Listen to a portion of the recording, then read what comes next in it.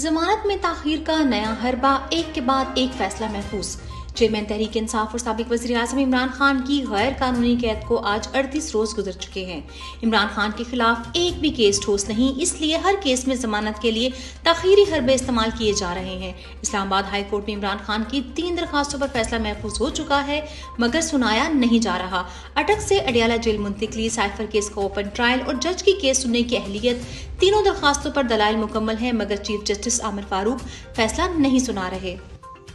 بوشا be be کی پہلے عدالت میں پیشی، پھر عمران خان سے اٹک جیل میں ملاقات۔ چیئرمین تحریک انصاف عمران خان کی اہلیہ، جن کا سیاست سے کوئی تعلق نہیں، ان کو مسلسل سیاسی انتقام کا نشانہ بنایا جا رہا ہے۔ بوشا بی بی آج پہلے نیب عدالت میں القادر کیس اور پھر توشہ خانہ ٹرائل کیس کے سلسلے میں پیش ہوئی، جہاں پروسیکیوٹر کے پاس ان کے خلاف کوئی ثبوت نہیں تھا، وہ مکمل بے بس نظر آئے، جس کے بعد عدالت نے بوشا بیگم کی عبوری ضمانت میں 26 ستمبر تک توسیع کر دی۔ عدالت میں پیشی کے بعد بوشا بی بی عمران خان سے ملاقات کے لیے اٹک جیل پہنچی۔ عمران خان قید میں، مگر ان کی جدوجہد جاری رہے گی۔ چیئرمین عمران خان سے ان کے ہمشیرہ نورین نیازی نے اٹک جیل میں ملاقات کی، جنہوں نے ملاقات کے بعد بتایا عمران خان تو اندر ہے، لیکن اس کی جدوجہد جاری رکھیں گے، جہاں سے وہ اپنا کام چھوڑ کر گئے ہیں وہ جاری رہے گا۔ عمران خان کی صحت کے سوال پر الحمدللہ کہہ کر جواب دیا۔ عمران خان کے گھر کی پرائیویسی پر حملے کے خلاف کیس کی سماعت۔ چیئرمین عمران خان کے وکیل نے اپنے ٹویٹ میں بتایا، عمران خان صاحب کے گھر کے اندر سے خفیہ طور پر ریکارڈنگ، ان کی مسز کے فون ٹیپنگ اور بگنگ کے خلاف درخواست پر اسلام آباد ہائی کورٹ نے 18 ستمبر تک سماعت ملتوی کی ہے۔ اس میں استدعا کی ہے کہ یہ آئین کے آرٹیکل 4، 9، 14 اور 19 کی خلاف ورزی ہے اور اس تمام عمل کو غیر قانونی ڈکلیئر کیا جائے اور فریق تمام اداروں کو اس کام سے یا کسی طرح سے خلاف استعمال کرنے سے یا کسی قسم کے ہراسمنٹ کرنے سے روکا جائے۔ پی ڈی ایم نے 16 ماہ میں میڈیا کو جھوٹ پھیلانے کے لیے پیسہ کھلایا۔ ڈیلی یوٹیوب پروگرام میں مہمان سبقت ورک نے معاشرتی ترقی میں میڈیا کے مثبت کردار پر گفتگو کرتے ہوئے کہا، وہ کون سی منازل ہیں جن کے باعث جن لوگوں کا کردار معاشرتی سدھار میں واچ ڈاگ کا تھا، وہ آج لیپ ڈاگ کے فرائض منصبی نبھا رہے ہیں۔ اس کی داغ بیل پاکستان میں کیسے پڑی، کس قسم کی مراعات کی خاطر قلم بکنے لگے۔ دنیا بھر میں اشتہارات عوامی ترقی اور معلومات کے لیے استعمال ہوتے آئے ہیں۔ اس کا اندازہ آپ پی ٹی آئی کے 43 ماہ کے دور حکومت اور پی ڈی ایم کے 16 ماہ کے حکومتی اشتہارات سے لگا لیں۔ پی ڈی ایم نے اپنا سارا پیسہ الزام تراشی، گھٹیا الزامات اور جھوٹ پر خرچ کیا۔ تحریک انصاف رہنماؤں کے غیر سیاسی رشتہ داروں کے خلاف وسطائیت جاری۔ لاہور ہائی کورٹ کے جسٹس سلطان تنویر نے رہنما تحریک انصاف اظہر مشوانی کے بھائی ظہور مشوانی کی بازیابی کی درخواست پر سماعت کی۔ یہ درخواست ظہور مشوانی کی بازیابی کے لیے دائر ہونے والی چوتھی درخواست تھی۔ پولیس نے ظہور مشوانی کو مسنگ پرسن میں شامل کرنے کی رپورٹ دے دی، جس پر عدالت نے شدید برہمی کا اظہار کرتے ہوئے رپورٹ کو مسترد کر دیا اور آج پیش ہونے والے پولیس افسران کو وارننگ جاری کر دی کہ اگر ظہور مشوانی کو بازیاب کر کے پیش نہ کیا تو توہین عدالت بھگتنا پڑے گی۔ سماعت ملتوی۔ ظلم اور وسطائیت کا سلسلہ بدستور جاری۔ سابق صوبائی وزیر اور صوبائی نائب صدر پاکستان تحریک انصاف ڈاکٹر امجد علی کو سوات سے رہا ہوتے ہی جیل کے باہر 5ویں مرتبہ مالکن لیویز نے غیر قانونی طور پر گرفتار کر لیا۔ دوسری جانب عمر سرفراز چیمہ کی درخواست ضمانت بھی خارج کر دی گئی۔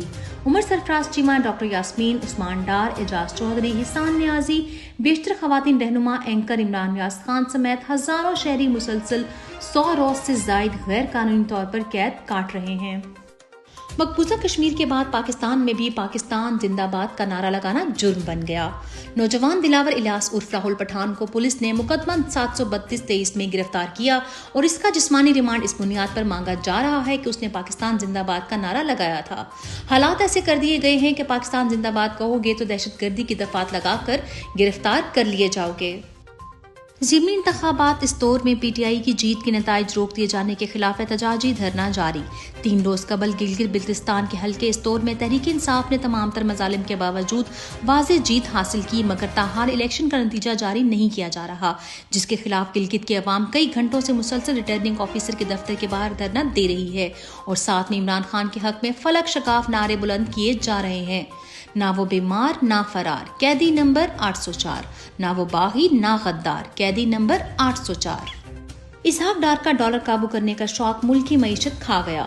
اسحاق ڈار نے اپنے ملازم چینل کو انٹرویو دیتے ہوئے دعویٰ کیا کہ عالمی ادارے خوفزدہ تھے کہ کہیں وہ ڈالر 200 سے نیچے نہ لے آئیں، مگر حقیقت یہ ہے کہ اسحاق ڈار کو ڈالر کو 100 پر رکھنے کا شوق 2018 میں پاکستان کو ڈیفالٹ پر لے گیا تھا۔ پھر 200 پہ رکھنے کا شوق 2023 میں پاکستان کو ڈیفالٹ پر لے آیا ہے۔ ابھی بھی اسحاق ڈار نیا موقع حاصل کرنے کے خواہش مند ہیں۔ کیا ملک کو مکمل ڈیفالٹ کرنا مقصود ہے؟ مختلف بیکری مصنوعات کی قیمتوں میں 5 سے 20 روپے تک اضافہ۔ ڈبل روٹی سمیت مختلف بیکری مصنوعات کی قیمتوں میں 5 سے 20 روپے تک اضافہ کر دیا گیا ہے۔ بن اور رس کی قیمت میں بھی 10 سے 20 روپے تک کا اضافہ۔ پی ڈی ایم کے 16 ماہ میں ہر قومی ادارہ تباہ ہو گیا۔ پی آئی اے کا قرض اور واجبات 743 ارب روپے سے تجاوز کر گئے۔ قومی ایئر لائن کے لیے قرض کی ادائیگی ناممکن۔ پی آئی اے نے قرض پر سود کی ادائیگی کے لیے 23 ارب روپے مانگے تھے جو نگران حکومت نے مسترد کر دیے۔ قومی ایئر لائن کا قرض اس کے اثاثوں سے 5 گنا زیادہ ہے۔ گزشتہ مالی سال قومی ایئر لائن کو 87 ارب روپے کا نقصان ہوا۔ پاکستان تحریک انصاف کی قیادت کا متفق کا اعلامیہ جاری۔ پاکستان تحریک انصاف ملک کی سب سے بڑی اور قومی جماعت ہے۔